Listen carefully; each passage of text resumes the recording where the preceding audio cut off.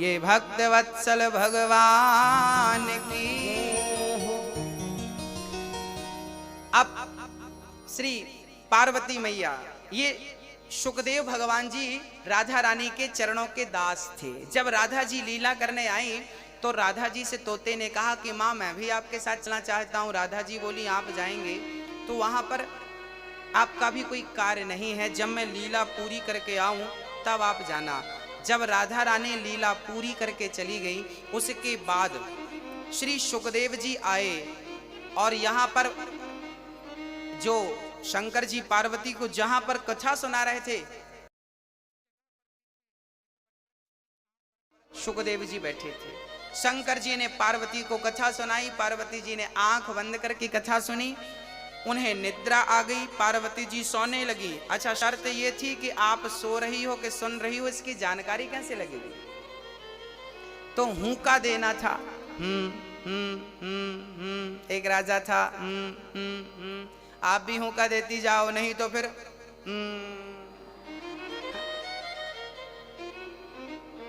बोलो राधे। आप लोग भी हुक्का देते जाना, थके हैं आप लोग, नींद आ सकती है।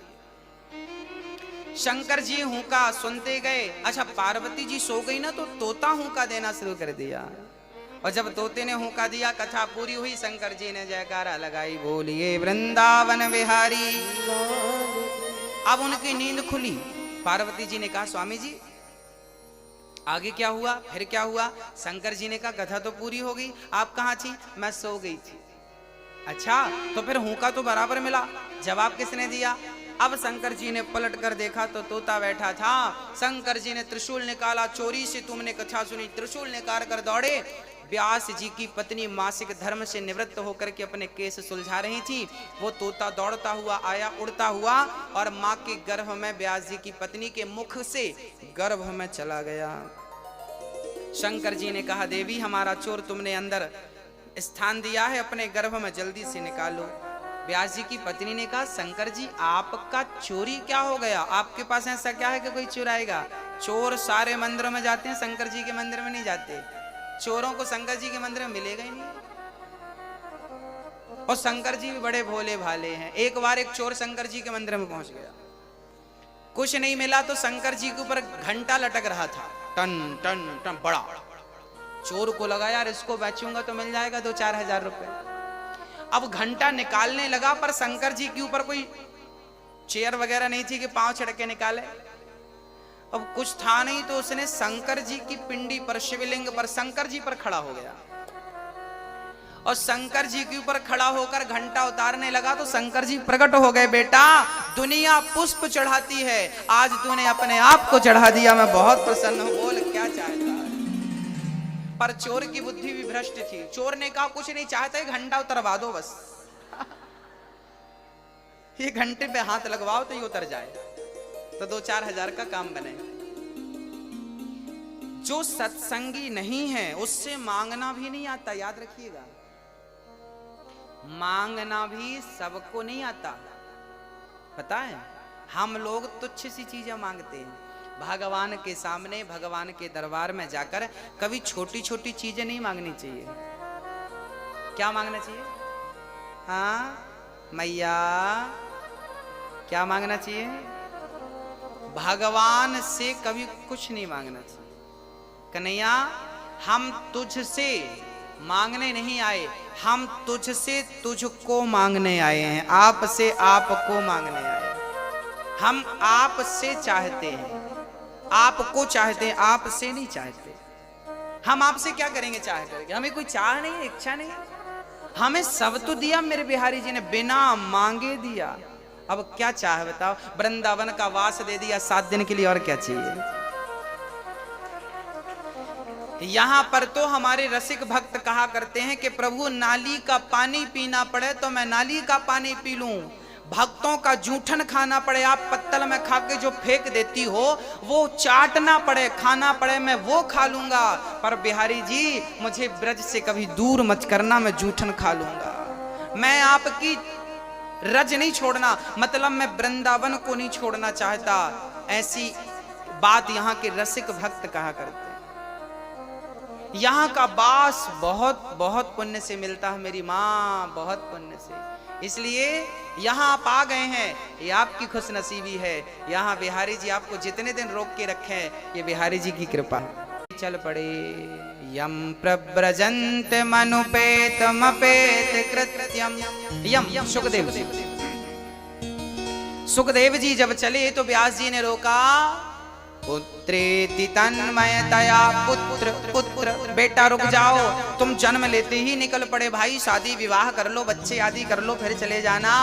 सुखदेव जी बोले प्रभु माया के जाल में कोई एक बार उलझ जाए तो उलझ जाता है, पर सुलझता नहीं है। इसलिए मैं आज आप भजन करने जा रहा हूं और गोविंद को छोड़कर मैं भोगों की ओर नहीं आना चाहता। कुछ स्त्रियां वहां पर निर्वस्त्र होकर स्नान कर रही थीं, देवांगनाएं। जब सुखदेव जी वहां से निकले उन्हें लज्जा नहीं आई, परंतु व्यास जी जब वहां से निकले तो गोपियों ने वस्त्र धारण कर लिए। व्यास जी ने कहा वाह, मेरा जवान बेटा गया, तुम्हें लज्जा नहीं आई और मुझे देखकर लज्जित होती हो। तब उन कन्याओं ने कहा सुखदेव व्यास जी, आपके पुत्र को यह भी नहीं पता कि स्त्री और पुरुष में भेद क्या है, आपको सब पता है। इस संसार में ब्रह्मा की सृष्टि में केवल सुखदेव जी एक ऐसे थे जिन्होंने काम क्रोध को जीत रखा था। आज हमारी एक मैया नाराज हो गई, गुरुजी 2 घंटे हो गए हमें खड़े, कोई सुनवाई नहीं हो रही है, हम जा रहे हैं वापस, हम जा रहे हैं।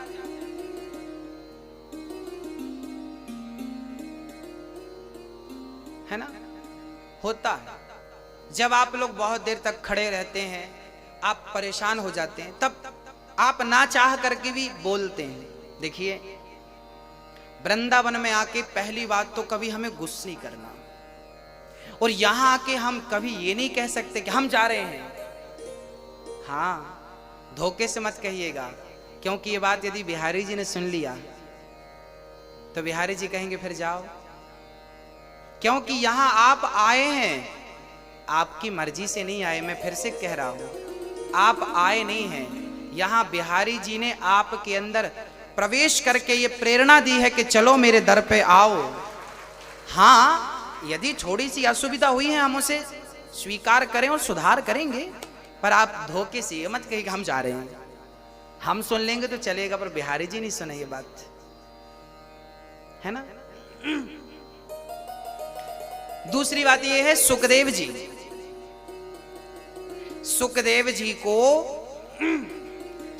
जी को राजा जनक के द्वार पे भेजा गया था। सुखदेव जी द्वार पर गए, द्वारपालों ने रोक दिया, चल खड़ा रहे। सुखदेव जी खड़े रहे, वहीं बैठ गए। सुखदेव जी बोले राजा साहब से मिलना है, कब मिलेंगे? बोले राजा साहब तो कल मिलेंगे। कोई बात नहीं, सुखदेव जी बैठ गए, वहां चिंतन करने लगे। कल फिर उठे, अब राजा साहब मिलेंगे? नहीं नहीं नहीं, आज नहीं मिलेंगे, कल मिलेंगे। भक्तों, शास्त्रों में लिखा है कि सुखदेव जी को 7 दिन तक द्वार पर बिठाया रखा, ना पानी मिला ना भोजन मिला। क्यों? क्योंकि सुखदेव जी को व्यास जी ने भागवत पढ़ाया।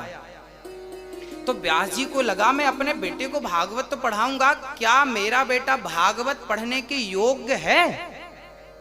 क्या भागवत ये राजा परीक्षित को सुनाएगा तो क्या कथावाचक के योग्य है? क्या ये कथावाचक बन सकता है? क्या ये कथा सुनाने के योग्य है? क्या कथा पढ़ने समझने सीखने के योग्य है?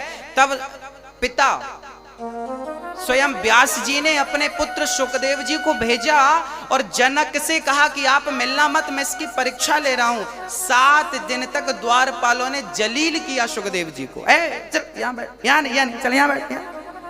7 दिन तक जलील किया, खाना पीना कुछ नहीं। पर धन्य है सुखदेव जी कि उन 7 दिन में इतनी सी भी गुस्सा, इतना सा भी क्रोध नहीं आया। अब व्यास जी समझ गए कि मेरा बेटा कथा सुनाने और सुनने के योग्य है।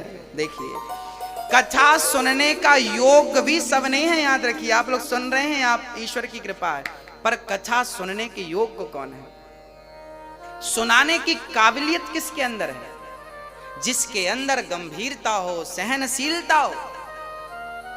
हाँ, ये नहीं कि हम आए और हम बस गुस्सा करने ना। शांति, समुद्र कभी अपनी मर्यादा नहीं छोड़ता। हमें भी अपनी शांति की मर्यादा, शांति का परिचय नहीं छोड़ना चाहिए। सुखदेव जी 7 दिन के बाद जब राजा जनक से मिले, आहा, वार्तालाप हुई, कोई शिकायत नहीं कि साहब हम 7 दिन से खड़े रहे आपके द्वार पे, हम मिले ही नहीं और हम जा रहे हैं, तो मत मिलो ना। ये लक्षण नहीं है। ये हम तुच्छ लोग हैं ना, हमें बात बात पे गुस्सा आता है, क्रोध आता है। मैं समझता हूं कि आप थके हैं, आप दूर से आए हैं, आपको भी फ्रेश होना है, रेडी होना है, तैयार होना है, जरूरी है। नित्य की क्रियाएं तो जरूरी है, पर वो सारी सुविधाएं हम थोड़ा नजर डालें, यहां वहां पूछो, सब कुछ मिलेगा, सब कुछ मिलेगा। पर आप जीवन में, यहां नहीं, मैं 7 दिन की बात नहीं कर रहा हूं, आप अपने घर पे भी अपने बच्चों के साथ, पति और पत्नी के साथ भी कभी अपने धैर्य को खोइए मत। जीवन में क्रोध कब आता है? क्रोध किसे आता है? जिसने धैर्य को खो दिया, उसे क्या आएगा? क्या आएगा? क्रोध आएगा। जिसने धैर्य रखा, श्रद्धा और सबूरी, श्रद्धा ईश्वर पे क्या हो? श्रद्धा हो, और सब्र हो। कहते हैं ना, सब्र का फल क्या होता है? हाँ, उस मिठास तक तब पहुंचेंगे जब सब्र रखेंगे। माता शबरी ने कितने वर्षों तक जंगल में झाड़ू लगाई, माता शबरी ने, और रोज रोज ऐसे ऐसे देखती। माता शबरी कहती, बोल बोल बोल कागा।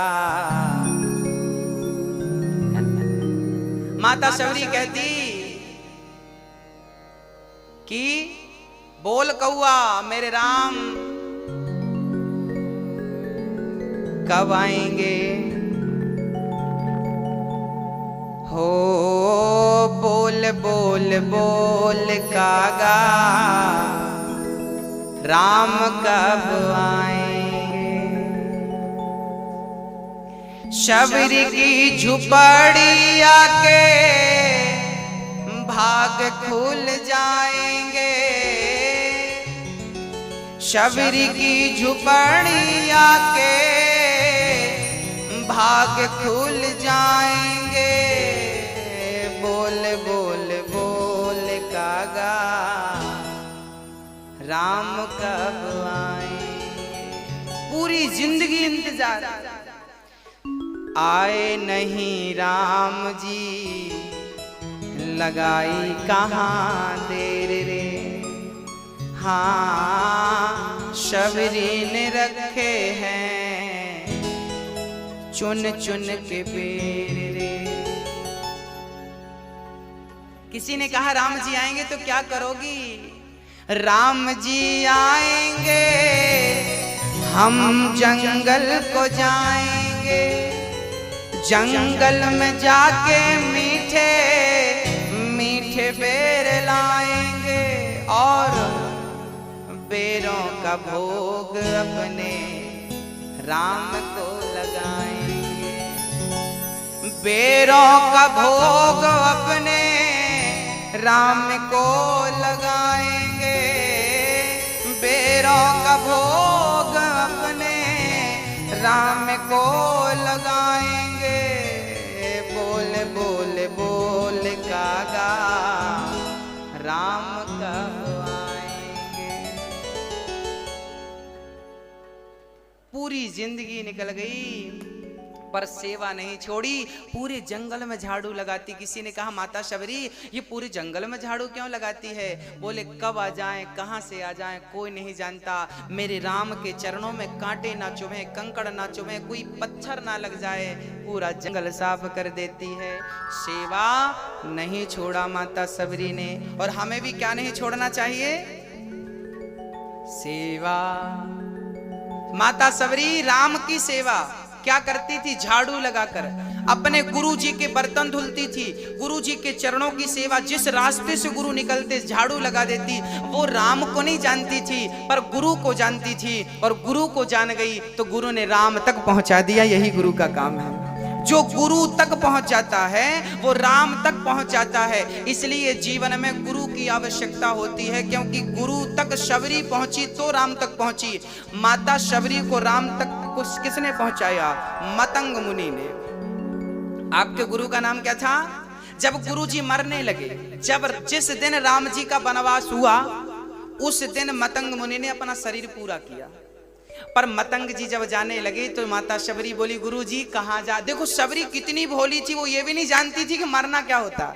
गुरु जी मरने लगे, सब बोले गुरु जी जा रहे हैं, सब रोने लगे गुरु जी। अब शबरी आई और गुरु जी कहाँ जा रहे हैं? बेटी हम जा रहे हैं। गुरु जी हमें भी ले चलो। शबरी कहती गुरु जी हमें भी साथ ले चलो। गुरु जी बोले बेटी अभी तू मत जा, अभी मैं जा रहा हूँ। शबरी बोली प्रभु गुरुजी मेरे तो माई बाप आप हो और आप ही चले गए, मैं किसके भरोसे रहूंगी, मैं कैसे रहूंगी प्रभु। तब गुरु जी ने कहा शबरी तू अपनी कुटिया पर रहना और बस रोज झाड़ू लगाकर राम का रास्ता साफ करते रहना, वो राम आएंगे। शबरी बोली कि आएंगे तो मैं पहचानूंगी कैसे गुरुजी? गुरुजी ने कहा दो भाई होंगे, एक गोरा होगा एक सांवला होगा और दोनों के हाथ में धनुष और बाण होंगे। आप जब जिसको देखना और जिसको देखने से नेत्रों में जल आ जाए, प्रेम उमड़ जाए, समझ लेना कि वही मंजिल है जहां तुम्हें पहुंचना है, वही राघव है। और शबरी माता झाड़ू लगाती और गुरु के वचनों पर विश्वास कर लिया कि गुरु ने कहा है तो आएंगे जरूर। बस क्या कहा है? गुरु ने कहा है तो आएंगे जरूर। बस सब भूल गई, दुनिया को छोड़ दिया, बस झाड़ू लगाने का गुरुजी ने कहा है। झाड़ू लगाती और राम का वही चिंतन, गुरुजी ने कहा सांवले हैं, धनुष बाण है, तो वो सांवले रंग का चिंतन करती, धनुष बाण का चिंतन करती और बस वो देखती बुढ़ापा आ गया। आज जब साधु संतों के बीच में राम जी पहुंचे, साधुओं ने कहा प्रभु आप हमारी कुटिया में चरण रखो। राम जी ने कहा पहले मेरी शबरी माता का घर बता दो। शबरी माता कहाँ है? पहले मैं उनकी कुटिया पे जाऊंगा। जो बड़े बड़े तपस्वी संत थे जिनको अपनी तपस्या का अहंकार था, आज उनका अहंकार नष्ट हो गया कि भगवान तपस्वियों के घर नहीं प्रेमियों के घर पहले जाया करते हैं। इसलिए इतनी कृपा सांवरे बनाए रखना, ओ मरते दम तक सेवा में लगाए रखना। इतनी कृपा। दोनों हाथ उठाकर मस्ती से, यदि आप मस्ती से ठाकुर जी से प्रार्थना करेंगे तो प्रभु आपकी भी सेवा स्वीकार करेंगे।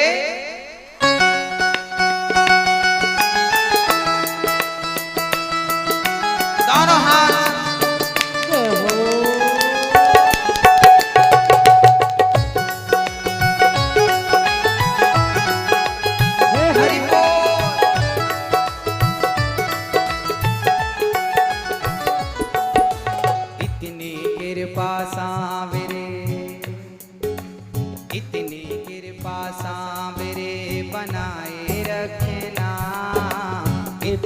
कृपा सांवरे बनाए रखना, मरते दम तक सेवा में लगाए रखना, मरते दम तक सेवा में लगाए रखना, मरते दम तक सेवा में लगाए रखना, हो मरते दम तक सेवा में लगाए रखना।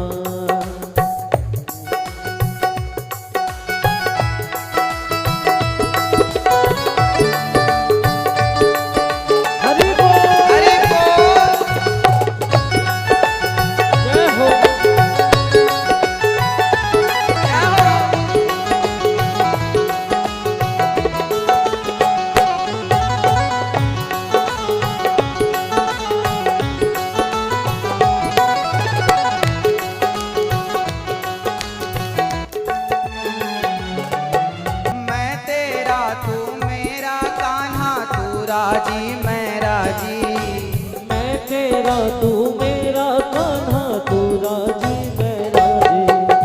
हे कन्हैया मैं तेरा तू मेरा कान्हा,